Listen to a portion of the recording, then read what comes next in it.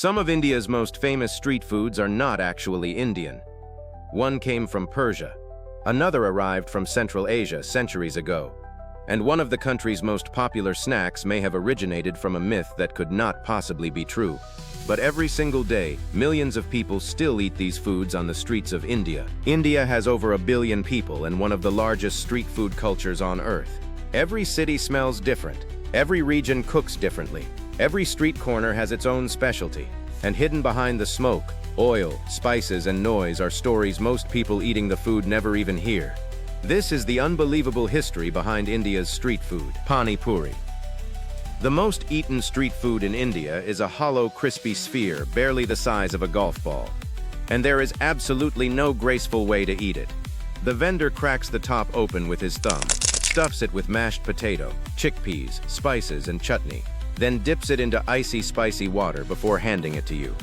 You put the entire thing into your mouth at once. Oh, the shell explodes instantly. Spicy mint water floods your mouth before your brain even processes what just happened. In Delhi, it is called golgappa.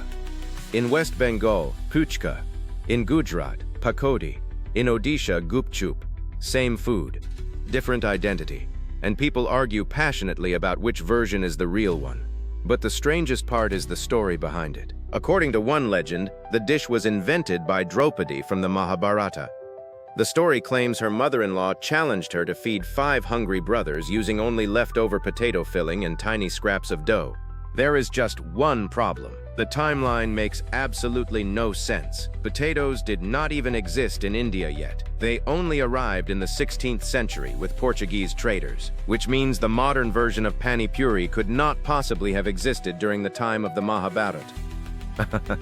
And yet millions of people still eat it every single day. Vada pav. The next food was born beside a railway station. In 1966, a street vendor named Ashok Vaidya set up a small stall outside Dadar station in Mumbai. Thousands of exhausted textile mill workers passed through the area every day looking for something cheap, fast, and filling. Vaidya noticed customers buying 2 separate things, a fried potato dumpling and a bread roll. So he combined them. Then he added spicy garlic chutney. That single decision created one of the most famous street foods in India, the vada pav. What makes it even stranger is that almost none of its key ingredients originally came from India. The potato came from South America. The bread was introduced by Europeans. The chilies also arrived through colonial trade. Foreign ingredients, local invention. Today, it is considered the taste of Mumbai. And the original stall still exists. Same street, same family, same recipe. Nearly 60 years later, the samosa. The next food may be the biggest identity theft in Indian cuisine, the samosa. Most people assume it has always been Indian. It has not. Its origins trace back to the Middle East and Central Asia. Ancient Persian and Arab texts describe a pastry called sanbosag, or sanbusak, small stuffed pockets designed for travelers because they were compact, filling, and easy to carry. Centuries later, cooks and traders brought the recipe into the Indian subcontinent through the Delhi Sultanate. By around 1300 CE, the royal poet Amir Khusro was already writing about nobles eating samosas filled with meat, onions, and ghee, and strangely, the ingredient most people now associate with samosas was still missing: potatoes. They would not arrive in India until centuries later. The original samosa was a meat pastry. The potato filling came afterward. Over time, the recipe transformed completely. A foreign travel snack slowly became one of the most iconic foods in India. Today, millions of samosas are fried across the country every single day. Most people have no idea the recipe traveled across continents to get there. The next food appears at weddings, festivals, temples, and crowded markets before sunrise. Bright orange, sticky, crispy, coated in syrup, jalebi, and once again, it did not begin in India. Its ancestor was a Middle Eastern dessert called zulbia, or zalabia, mentioned in Persian cookbooks more than 1,000 years ago. And Turkish traders eventually carried the recipe into the Indian subcontinent. But once it arrived, India changed it completely. The original version used honey and rose water. The Indian version switched to sugar syrup.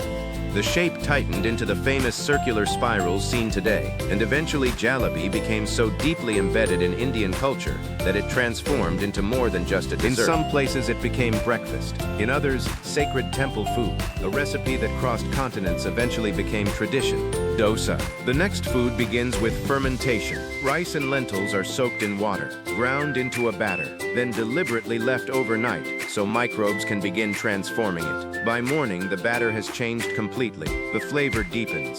The texture becomes lighter. The nutrients become easier to absorb. Then the batter hits a scorching hot iron griddle. It spreads outward into an impossibly thin layer. Seconds later, it turns golden and crisp. Dosa. One of the oldest foods on this list. Some historians believe versions of dosa may have existed for nearly 2,000 years. One legend claims the dish was invented accidentally by a Brahmin cook rebelling against restrictions on fermented foods. According to the story, he fermented the batter anyway, poured it onto a hot surface, and created something entirely new. By the 12th century, royal texts were already documenting dosa recipes, and despite all the technological changes in the modern world, the process itself remains almost identical. Same ingredients, same fermentation, same method. Hundreds of years later, chaat, the next category of street food, was supposedly linked to disease. According to one popular story, chaat emerged during the Mughal period when a cholera outbreak spread through northern India. Local physicians reportedly advised people to mix ingredients with antibacterial properties: tamarind, chilies, herbs, spices. The result was explosive, crunchy textures, sweet chutneys, spicy sauces, tangy flavors, everything colliding at once. The word chaat itself roughly translates to lick. And it is not just one dish. It is an entire category. A single street in India might serve pani puri, aloo tikki, papdi chaat, dahi bhala, chole bhature, and dozens of other regional variations side by side. Different vendors, different recipes, different histories, all on the same street, and often for less than the price of a single coffee in many Western countries. The last thing that makes Indian street food so fascinating is that no two versions are ever completely the same. A pani puri vendor in Kolkata uses different spices than one in Mumbai. A dosa in Bengaluru tastes different from one in Chennai. A samosa in Delhi may have an entirely different filling from one sold hundreds of miles away. There is no single authority, no official version, and that is exactly the point. India's street food is not just food, it is migration, trade, empire, religion, colonization, adaptation, centuries of history compressed into a single bite. A samosa that traveled from Central Asia, a jalebi that arrived from Persia, a vada pav invented by one man beside a train station, a dosa fermented overnight for generations. The streets of India do not just feed people. They carry stories hidden behind smoke, fire, oil, spice, and noise. And most people eating the food never realize how far those stories actually traveled. If you enjoyed this journey through India's street food history, subscribe to the channel for more stories from around the world. And tell me in the comments, which of these foods would you try first? Because this was only one country, and the streets of the world are full of stories like these.